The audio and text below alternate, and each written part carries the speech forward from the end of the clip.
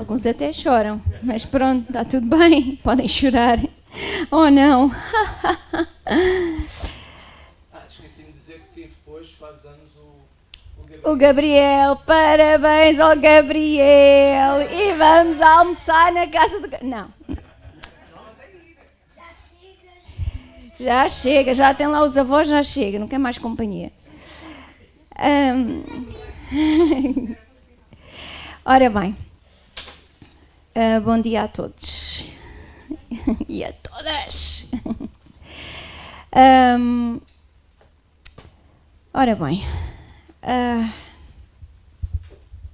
deixem-me preparar aqui o meu estaminé. Eu sou pequena, mas eu uso muito espaço. Sou assim a modos que espalhafatosa. Então, deixa já estar ali aberto. Eu gostava que abríssemos as nossas Bíblias em Marcos 4.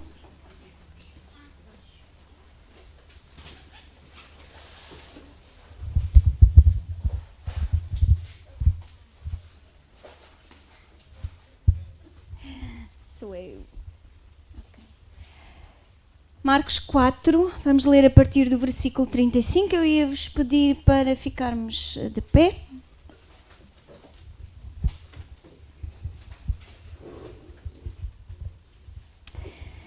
Diz assim: E naquele dia, sendo já tarde, disse-lhes: Passemos para o outro lado. E eles, deixando a multidão, o levaram consigo, assim como estava no barco, e havia também com ele outros barquinhos. E levantou-se grande temporal de vento, e subiam as ondas por cima do barco, de maneira que já se enchia. E ele estava na popa, dormindo sobre uma almofada. E despertaram-no, dizendo-lhe: Mestre, não se te dá que pereçamos? E ele, despertando, repreendeu o vento e disse ao mar: Cala-te, aquieta-te. E o vento se aquietou e houve grande bonança. E disse-lhes: Por que estáis tão temerosos? Como não tendes fé? E sentiram um grande temor e diziam uns aos outros: Mas quem é este que até o vento e o mar lhe obedecem? Pai, nós nos apresentamos diante de Ti em nome do Senhor Jesus Cristo. Senhor Deus, eu te peço que faças aquilo que colocaste no meu coração. Que a Tua palavra saia como uma espada aguda de 2 gumes que penetra e divide até a divisão da alma e do espírito. Senhor Deus, que esta palavra transforme o nosso coração e a forma como nós vivemos daqui para a frente. Mas que, acima de tudo, que a Tua palavra nos aproxime mais de Ti e que nos faça amar-te cada vez mais. Senhor Deus, assim como a chuva que ensopa a terra, assim eu te peço nesta manhã que ensopes o nosso coração e todo o nosso ser com o Teu amor. Em o nome de Jesus. Amém? Podemos nos sentar? Ora bem, antes de virmos aqui à palavra, eu quero desejar a todos bom dia da Reforma. Quem sabe que hoje é dia da Reforma protestante, não é da reforma tipo, vou para a reforma e vou receber todos os meses a reforma. Não, é dia de celebrarmos a reforma protestante. O dia em que Martinho Lutero pregou na Catedral de Wittenberg, ou Winterberg ou qualquer coisa, isto é alemão, mas pronto. As 95 teses contra as indulgências. Porquê? Porque Deus iluminou o seu coração daquele sacerdote católico para perceber na mente e no coração de que o justo viverá pela fé. Amém? Então, glória a Deus. Porque Deus continua a falar. Deus continua a manifestar-se. Deus não está a revelar coisas novas. Dizer que Deus está a falar não é que Deus está a mostrar coisas novas. Ele está a revelar aquilo que Ele já falou. Porque Ele não fala nada de novo. Porque tudo o que Ele falou já está falado. Mas, na verdade, tudo o que Ele já falou é novo a cada dia. E isto é o paradoxo da nossa fé. É que Deus é desde a eternidade e Ele é mais atual que o jornal de hoje. Não, Deus, não estou a comparar Deus com o jornal, mas percebem aquilo que eu estou a dizer. E hoje eu trago-vos, não é uma mensagem, não é uma pregação, não é um ensino, se bem que é assim, é a minha costela e depois vou tentar fugir, mas eu sinto no meu coração e eu trago no meu coração uma exortação para todos nós. E que da mesma forma como eu fui exortada durante esta semana ao estudar a palavra, desejo de todo o meu coração que todos vós sejam exortados e transformados. Nós estamos numa série e apesar de que o meu marido falou, disse, se tu quiseres continuar a série, continuas, mas se quiseres falar outra coisa qualquer, que ele põe sempre à vontade, e eu creio que todas as pessoas que aqui já passaram sabem disso, que estão à vontade, desde que falem a palavra está tudo bem. Mas, à medida que busquei o coração de Deus para nós hoje aqui, senti que deveríamos continuar nesta série, podemos pôr esta exortação nesta série sobre dor e sofrimento, ou sofrimento e dor, e eu dei o título desta mensagem, ou desta exortação, uma pergunta que diz assim, não te importas?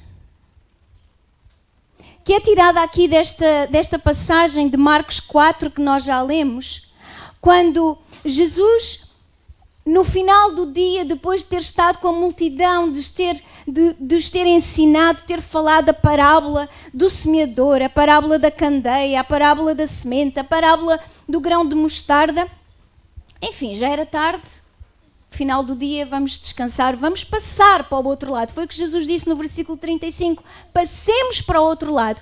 E isso obrigava a irem de barco para o outro lado. E de repente, no meio da travessia, levantou-se uma tempestade. Há quem diga que o diabo aproveitou-se, whatever, o que quiserem. Pode ser que tenha sido, eu não estava lá, não vi, Deus não me deu revelação, não sei se foi o diabo que aproveitou a coisa, se foi uma situação natural da natureza haver uma tempestade naquele dia, àquela hora. E diz que eles estavam mesmo assustados. Jesus estava a dormir e eles, assustados, foram acordar Jesus. E eles disseram, mestre, não se te dá que pereçamos. E noutras traduções diz, não te importas. Na tua diz isso? Não, Vanessa? Não, mas... Não te importas que pereçamos, não é? Não te importas, não é? Não dás importância a isto, estavas a dormir. E depois nós podemos dizer, temos que despertar Jesus dentro de nós. Está bem.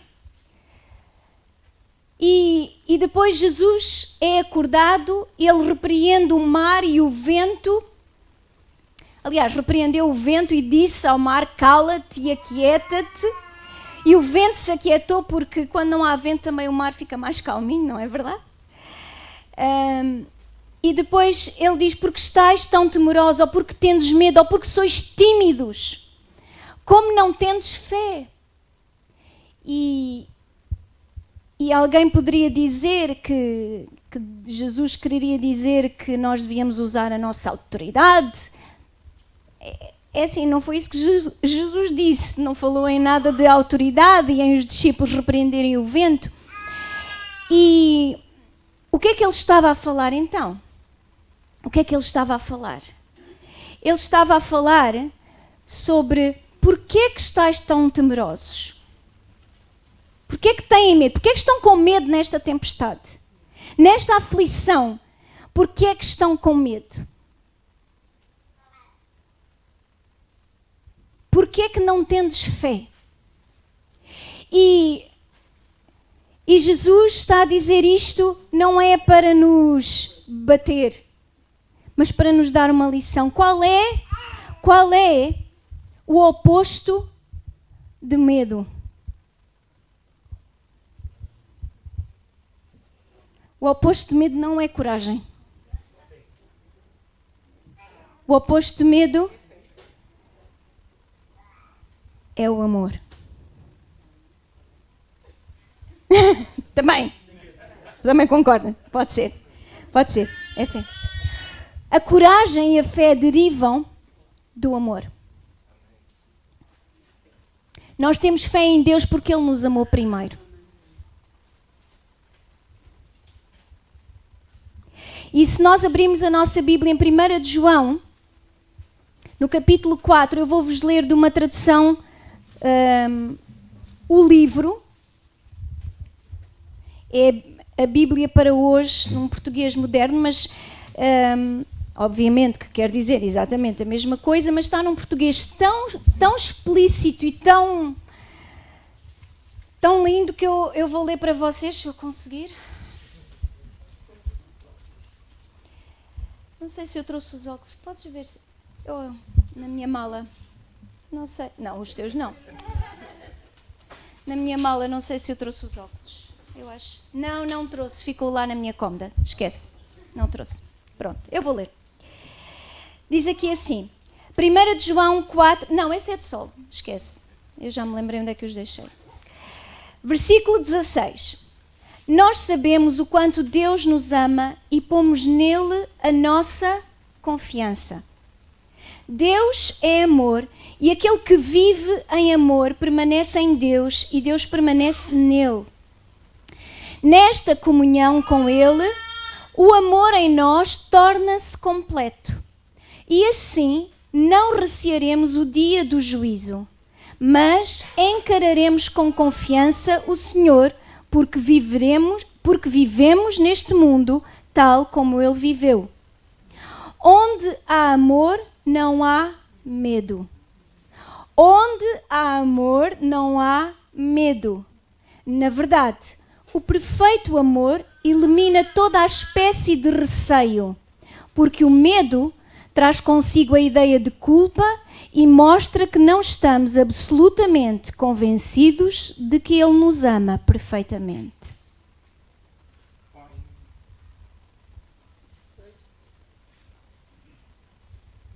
Uau! Quando nós temos medo, não estamos absolutamente convencidos de que Ele nos ama perfeitamente. E era isto que Jesus estava a dizer. Porque estáis tão temerosos? Porque é que têm medo? Porque é que não estão confiantes no amor de Deus? Porquê? Porque Ele disse, passemos para o outro lado. E se Ele disse, passemos para o outro lado, era porque iam passar mesmo para o outro lado. E essa confiança no amor de Deus abandona, deita fora todo o medo e traz a confiança de que aquilo que Ele falou vai acontecer. Vai acontecer.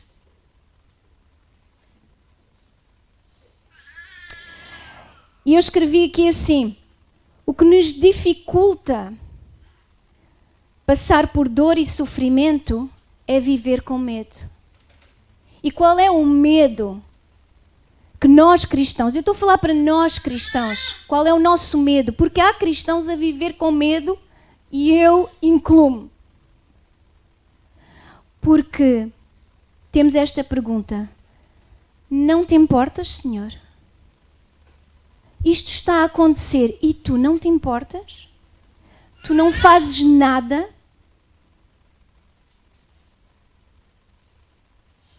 E isto é a causa do nosso medo. é a falta de confiança que Ele nos ama perfeitamente. A Bíblia diz, vamos abrir em João capítulo 3, faz de conta que nunca leram este versículo, porque quando nós começamos a ler muitas vezes, e por isso é que eu sou adepta, é uma das formas, é que cada um usa a sua técnica, eu de volta e meia mudo de Bíblia, porque tem alturas em que eu, às vezes até mudo um pouco de tradução, porque já tenho a Bíblia tão escrita, tão treinada, não é? Quase que já se abre sozinha, que depois a minha mente, sabe como... Quando nós abrimos a primeira vez um computador, ele demora muito tempo a arrancar e a ir abrir o programa que nós queremos. Mas quando por hábito nós ligamos o computador e vamos para aquele mesmo programa, percebem? Quem percebe de computadores, que não é o meu forte, o que é que existem? Existem atalhos, shortcuts, atalhos que o computador utiliza para não demorar já tanto tempo. E assim é a nossa mente. Nós somos assim, aliás, quem construiu o computador percebeu um bocadinho disto, porque nós também fazemos isto, nós fazemos atalhos, tanto é que muitas vezes nós metemos no carro do trabalho para casa e não nos lembramos dos caminhos que já fizemos, porque a nossa mente já está programada ali, aquilo tudo. E assim às vezes somos nós aqui. Então, por vezes mudar de Bíblia faz-me isto, é que eu vou à procura daquela passagem que eu sabia que estava na página direita mais ou menos a meio, ou mais ou menos no fim, ou mais ou menos no princípio, e eu mudo de Bíblia, que é para baralhar o meu sistema, que é para acabar com os shortcuts, com os atalhos. Porquê? Porque viver de atalhos faz mal à nossa mente. Faz mal à nossa mente. E assim é só uma dica e uma hack para quem quer estudar mais a Bíblia, que são todos vocês, obviamente. Portanto, João 3 faz de conta que nunca lemos este versículo, que não está no lado direito da página, mais ou menos a meio, e ainda por cima o meu é escrito a vermelho. Versículo 16 diz assim: porque Deus amou o mundo de tal maneira que deu o seu Filho unigênito, para que todo aquele que nele crê não pereça, mas tenha a vida eterna. Porque Deus enviou o seu Filho ao mundo, não para que condenasse o mundo, mas para que o mundo fosse salvo por ele. Quem crê nele não é condenado, mas quem não crê já está condenado, porquanto não crê no nome do unigênito Filho de Deus. Deus amou o mundo de tal maneira que deu o seu Filho unigênito, para que todo aquele que nele crê não pereça, mas tenha a vida eterna. E Romanos, no capítulo 8, podemos abrir? Eu, a semana passada, gostei da pregação do Samuel e gostei especialmente porque abrimos muito a Bíblia.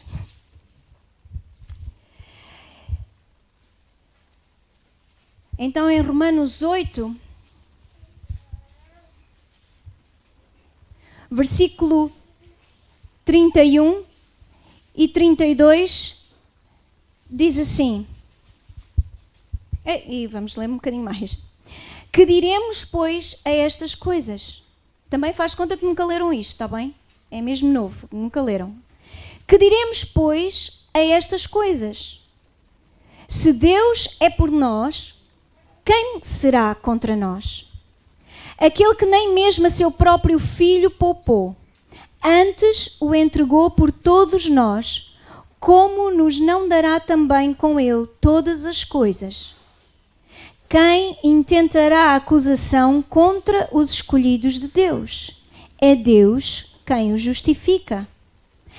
Quem é que condena? Pois é Cristo quem morreu, ou antes quem ressuscitou dentre os mortos, o qual está à direita de Deus e que também intercede por nós. Quem nos separará do amor de Cristo? A tribulação ou a angústia? Ou a perseguição ou a fome? Ou a nudez ou o perigo? Ou a espada? Como está escrito, por amor de ti somos entregues à morte todo o dia. Somos reputados como ovelhas para o matadouro.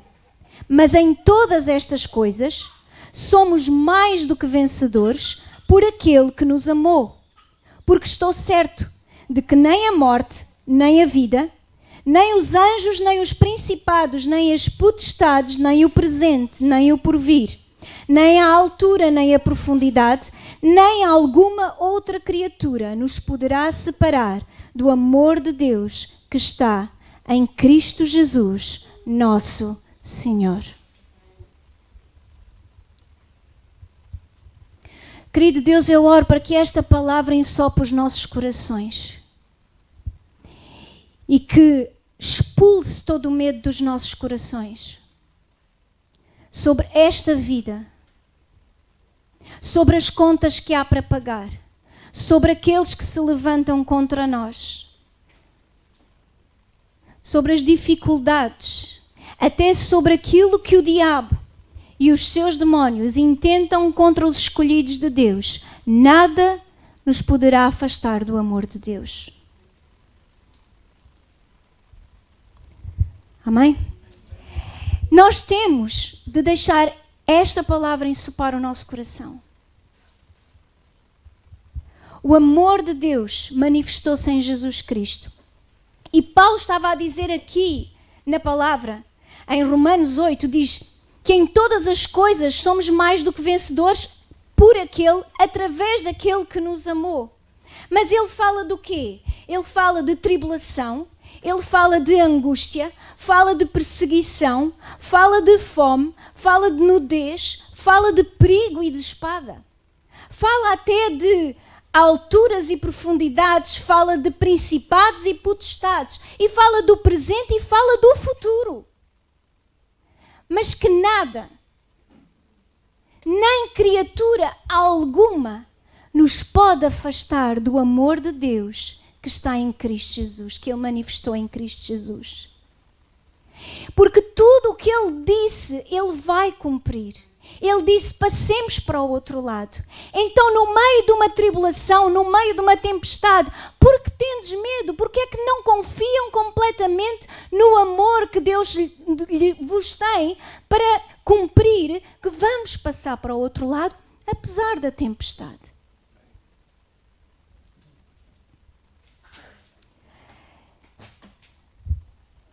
E o que é que temos aprendido nesta série? Eu vou-vos ler aqui uma frase. Não é à luz da nossa vida, das nossas circunstâncias, que interpretamos as Escrituras, mas é à luz das Escrituras que interpretamos a nossa vida. Eu não posso dizer só porque eu tenho dificuldade, então Deus não está interessado em livrar-me. Não posso dizer isto. Mas Ele disse, neste mundo tereis aflições.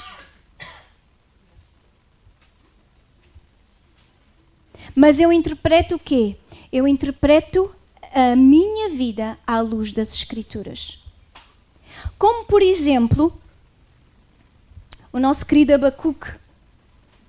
Vocês conhecem o Abacuque? Vamos abrir em Abacuque, onde as páginas estão mais brancas, menos sublinhadas. Está lá metido no meio dos profetas menores. Menores apenas porque escreveram um pouco. Antes de Sofonias e depois de Naum. Antes de Sofonias, depois de Naum. Isto é aquele GPS ou aquele dicionário que diz o que é falar. É o ato de dizer palavras. Pronto, qualquer coisa assim. Ou aquelas definições que nós ficamos... Como é que foi? A tentação é o ato de tentar, sim. Essa ainda é melhor. Obrigada. Então, em Abacuque...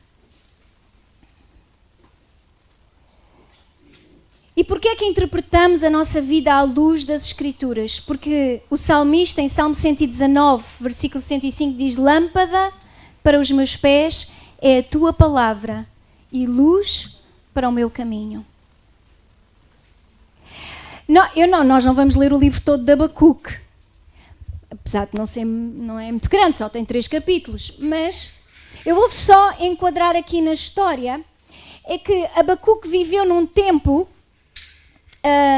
numas décadas, durante o reino de Judá, Israel. É assim, Israel foi dividido, o reino de Israel a norte, o reino de Judá a sul. E Abacuque vivia no reinado de Judá, portanto, a sul. E o que é que acontece? O povo de Deus afastou-se da palavra de Deus, dos caminhos de Deus, e cometiam as maiores injustiças, as maiores atrocidades. O próprio povo de Deus estava envolvido em coisas completamente fora da vontade de Deus. E Abacuque viu isto. E este livro não é, se bem que é uma profecia, é também uma carta de lamento. É uma lamentação daquele profeta sobre o estado do povo de Deus. Como é que é possível um povo que conhece a sua história, que sabe que foi tirado com grande poder do Egito, que Deus abriu o Mar Vermelho, fora as pragas todas que Deus mandou para torcer o braço do faraó e mostrar a sua glória e soberania. Enfim, ao ponto em que chegamos, tudo o que Deus tem falado tem acontecido, tem-se cumprido, e mesmo assim, um povo obstinado, como nós que estudamos Gênesis, vimos lá que Deus viu que o coração do homem era obstinado desde sempre. E não se arrependem, não voltam para Deus. E ele lamenta com Deus. Isto é um diálogo que Abacuque tem com Deus. Ele lamenta com Deus e ele fala: oh Deus, como é que é possível este povo ser assim? Conhecendo como se conhecem. E Deus responde a Abacuque.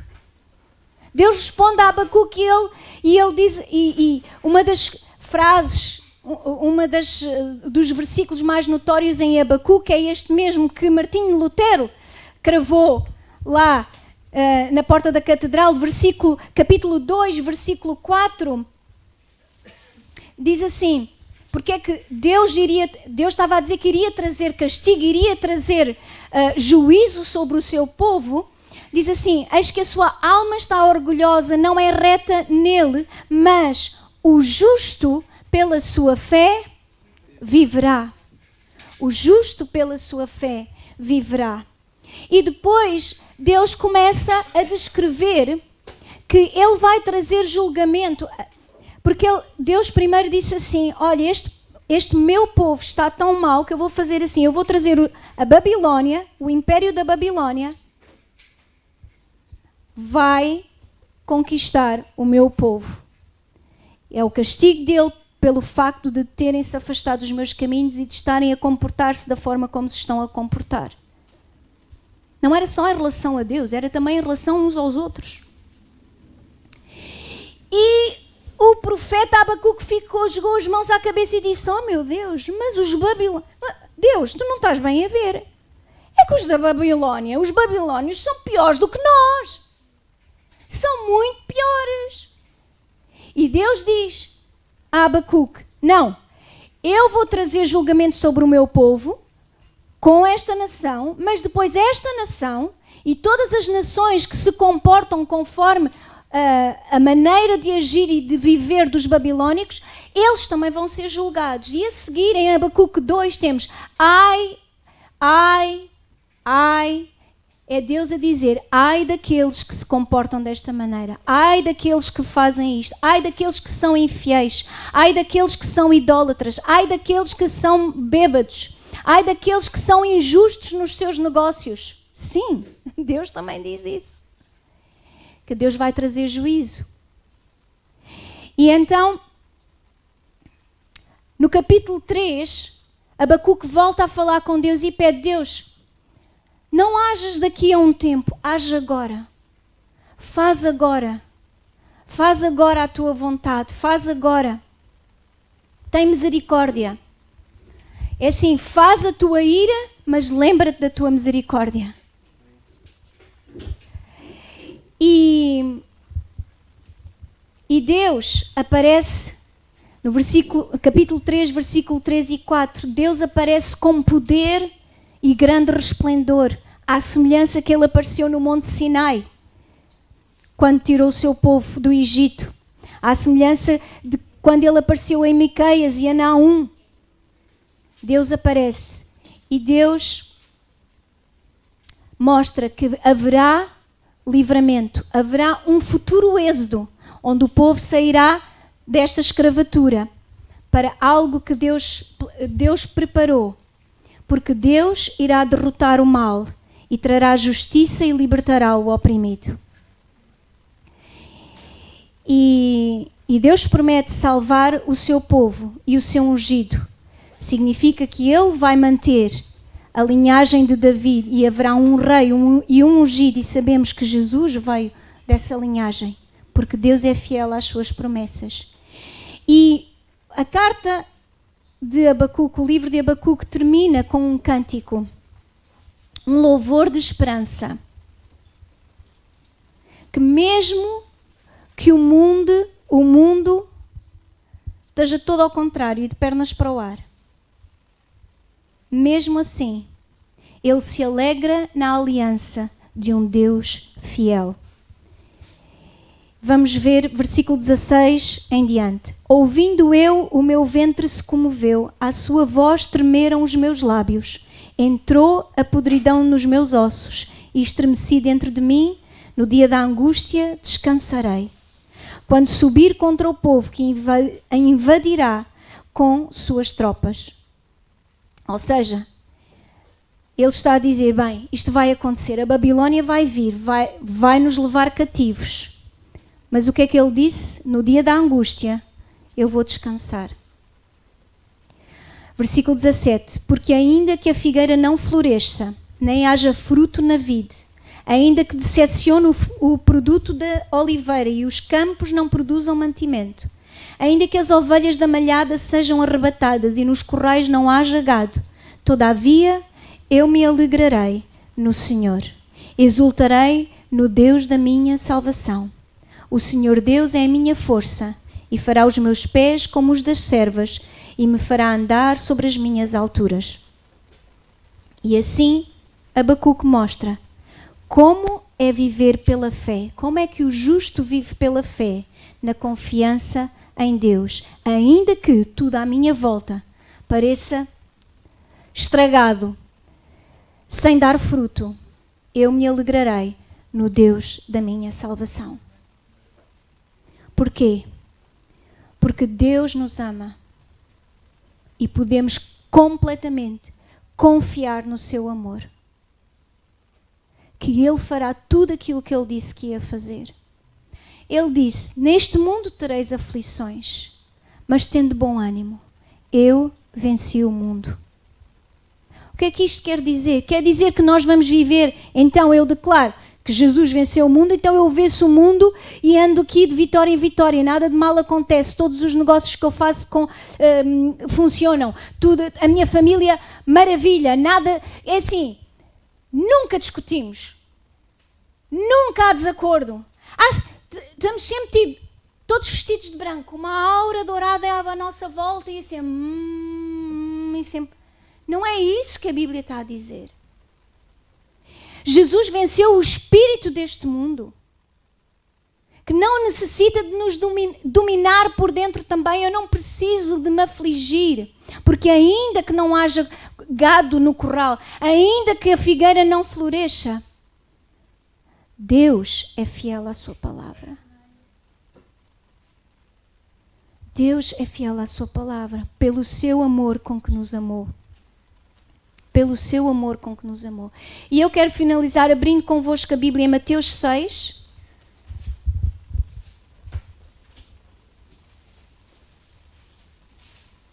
Uma passagem que eu medito muito, porque eu tenho uma tendência a esquecer-me destas coisas. Eu não sei, eu não estou a brincar, eu estou mesmo a falar a sério. Eu quando dou por mim volta e meia, eu esqueço-me que se Deus não poupou Jesus Cristo, com Ele me dará tudo aquilo que eu necessito.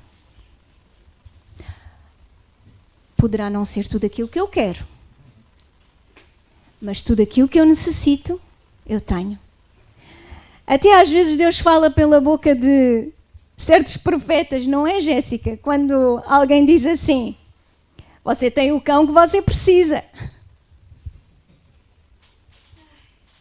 Mas é engraçado, esta semana nós temos um cachorrinho de 7 meses, Serra da Estrela, portanto pequenino, uma coisa pequenina, e que não é nada teimoso, nem coisa que o valha, não.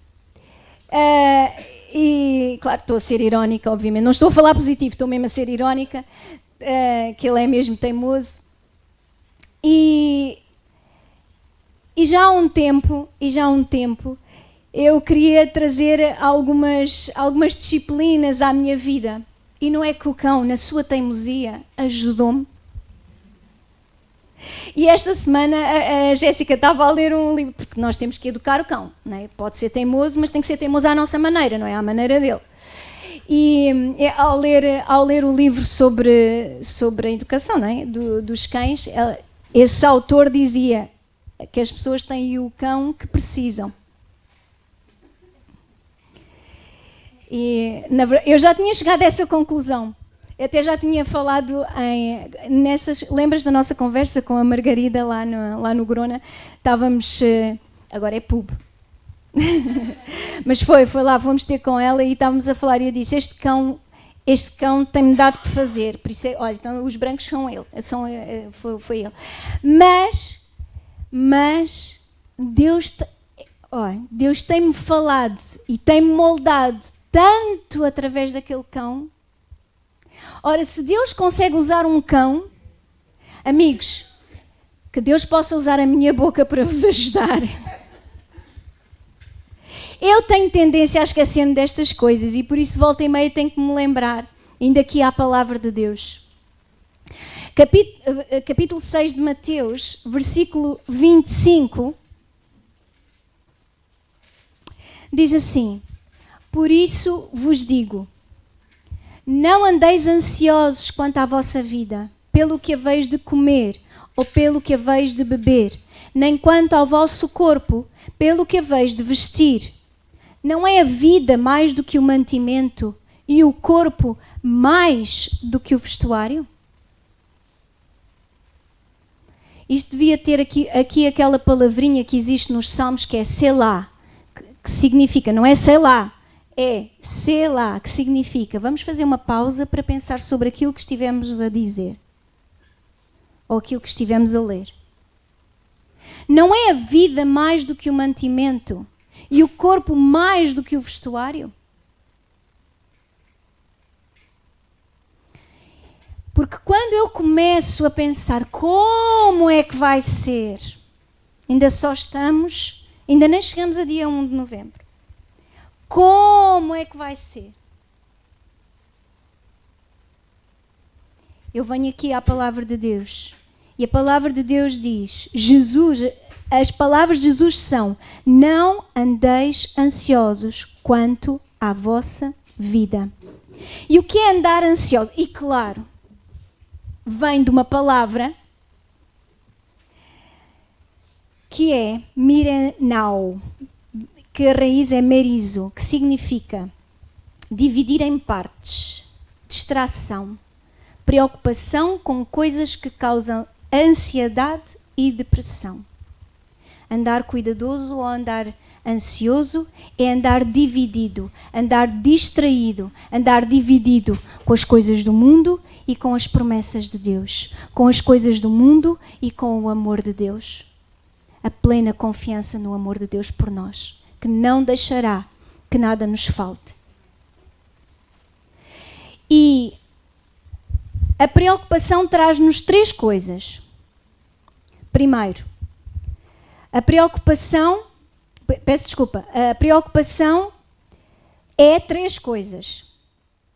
Primeiro, desnecessária. Versículo 26 diz assim: olhai para as aves do céu, que nem semeiam, nem cegam, nem ajuntam em celeiros, e vosso Pai Celestial as alimenta. Não tendes vós muito mais valor do que elas? E qual de vós poderá, com todos os seus cuidados, acrescentar um côvado à sua estatura? Este versículo nos mostra que a preocupação é infrutífera. Porque ainda que a gente se preocupe, não conseguimos acrescentar um côvado à nossa estatura. E a preocupação é também o quê? É também inadequada. Versículo 31. Não andeis, pois, inquietos, dizendo que comeremos, que beberemos, ou com que nos vestiremos. É que às vezes nós temos de ler a palavra de Deus de uma maneira mais realista. Não andeis, pois, inquietos. Às vezes o nosso corpo está quieto, mas por dentro é um turbilhão. Então, sabe aquelas coisas, já viram aqueles bonecos, aqueles filmes até que é... Não é?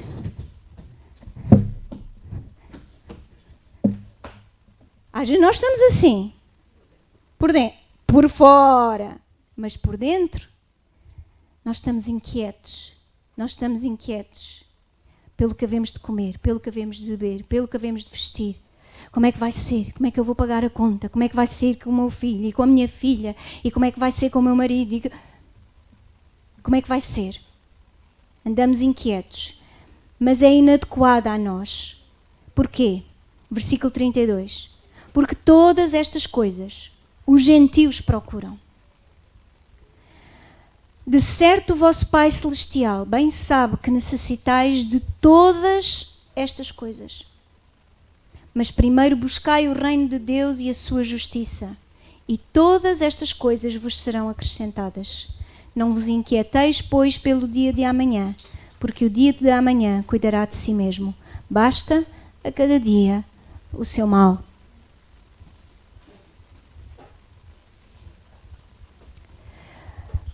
É inadequada a nós como cristãos a preocupação. Simplesmente porque é suposto nós termos mais conhecimento do amor que Deus nos tem. Do amor que Deus nos tem. E eu gostava de finalizar com uma história, para mim,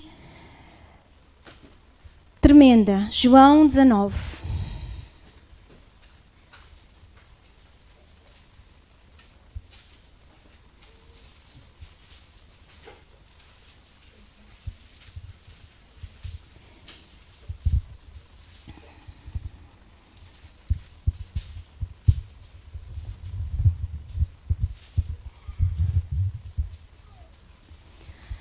João 19, vamos ler a partir do versículo 25.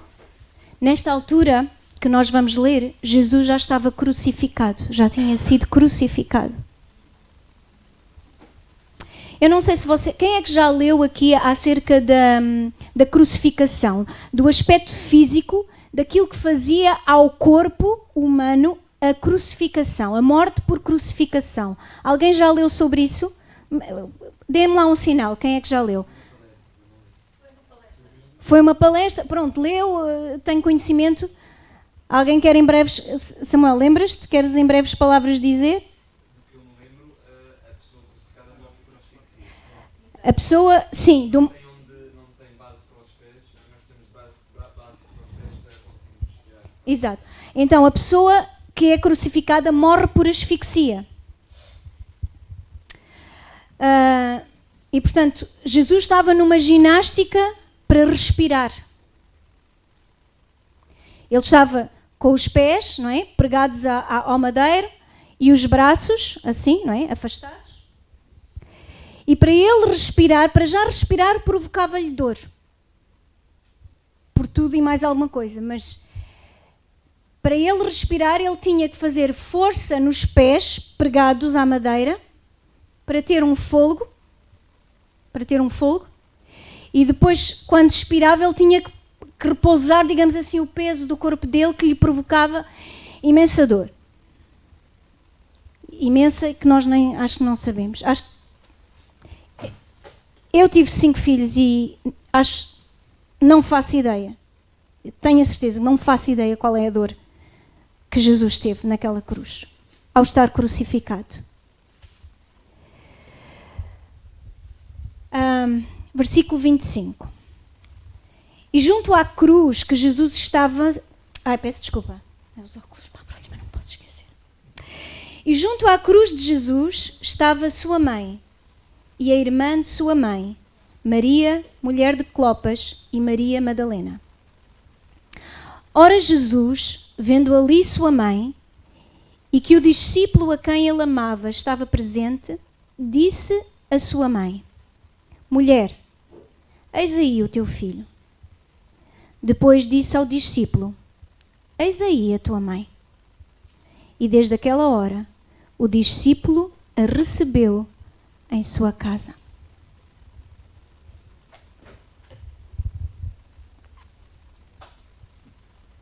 Amigos, se isto não é um tsunami de amor, eu não sei o que é o amor. Esta passagem, para mim, é uma passagem fortíssima do amor de Deus. Ainda antes de Jesus ter dito está consumado por todos nós. Naquela cruz, naquele sofrimento, Jesus olhou e viu. Ele viu a sua mãe. Ele viu o seu discípulo. Ele percebeu a necessidade que a sua mãe tinha, porque nenhum dos seus irmãos ainda se tinha convertido. Mais tarde temos Judas, temos Tiago, o livro de Tiago e de Judas que temos depois na Bíblia, mas até à data nenhum dos seus irmãos acreditava nele. Eles só se converteram quando Jesus ressuscitou. Maria estava só na sua fé. Na família ela estava só. Mas Jesus viu a sua mãe. Jesus cuidou da sua mãe como ser humano até ao fim da sua vida. E ainda naquela cruz, Jesus olhou para ela e ele a viu. E ele a viu não só a sua presença ali, ela viu o seu interior e a sua necessidade. E ele supriu a necessidade dos seus até ao fim. E deu à sua mãe um novo filho, uma nova casa onde habitar na fé em Deus. E o seu discípulo recebeu uma mãe. Porque ao contrário do que muita gente pensa, e nós vemos filmes, pensamos que aqueles discípulos de Jesus eram já homens feitos, trintões e quarentões. Mas não eram. Eram jovens. Eram jovens. E por isso percebemos aqueles feitios ainda por limar, de Pedro com a língua solta, os filhos, João, não é? Os filhos do trovão que queriam era o fogo do céu. Porque era gente jovem, com a guerra, ainda ali tudo. Ele precisava de uma mãe. E Jesus na cruz, ele viu essa necessidade.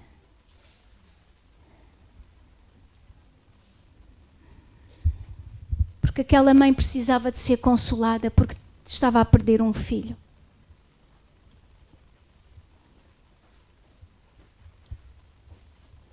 E Jesus Cristo é o mesmo ontem, hoje e o será eternamente. E a pergunta que nós temos ao Senhor a dizer: não te importas?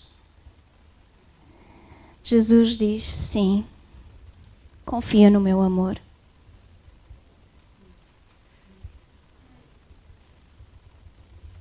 Confia no meu amor.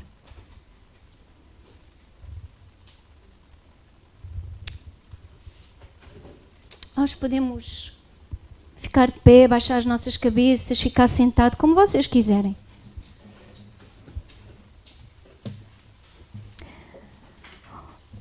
Já foi ministrado aqui pelo poder do Espírito Santo que eu acredito, porque eu não comento, eu sou muito reservada em certas coisas, até com o meu marido, e quando eu estou a estudar, raramente, muito raramente, eu digo o que é que eu vou falar.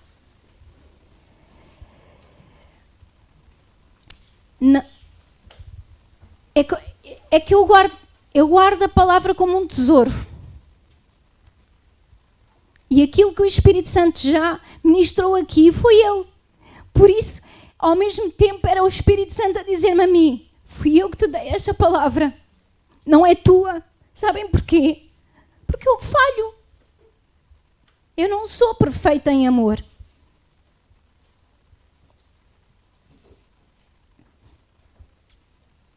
Mas Deus não falha. E eu não estou aqui a pregar-me a mim, a exortar-me a mim como eu vos amo. Mas é como Deus nos ama. Se eu pudesse, eu tinha-me sentado ali e poderia ter falado tudo isto sem vocês estarem a olhar para mim. Como na Arca da Aliança, sabe, entre os querubins, as outras civilizações colocavam a imagem do seu Deus para adorar. Mas Deus não permitiu que nenhuma imagem fosse colocada entre os querubins, porque nunca ninguém viu Deus. E nós temos de adorá-lo em fé.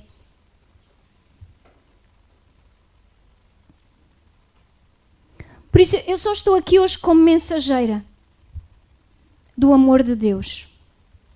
Mas não olhem para mim como que, se esse amor passasse por mim do género, que sou eu que vos amo assim. Não sou eu que vos amo assim. Eu queria, mas não sou. Porque eu irrito-me. Irrito não é porque alguém tenha feito alguma coisa de mal. Eu irrito-me porque a minha tendência é pecar. Porque os meus interesses estão em primeiro lugar. Mas Deus está a trabalhar em mim e está a trabalhar em vocês. E eu quero que vocês olhem para o amor de Deus. E só há uma forma de conhecer o amor de Deus. É dando ouvidos à sua palavra, àquilo que Ele diz. Conhecendo a sua palavra. Sabendo o princípio e o fim. Ele já nos disse, Ele mostra-nos em Gênesis o princípio e Ele mostra-nos o fim. Nem precisamos de ir até Apocalipse. Jesus, nos Evangelhos, já nos mostra qual vai ser o fim. Mas, Ele disse, aqueles que o Pai me deu, de maneira nenhuma os lançarei fora. E todo aquele que vem a mim, de maneira nenhuma será lançado fora.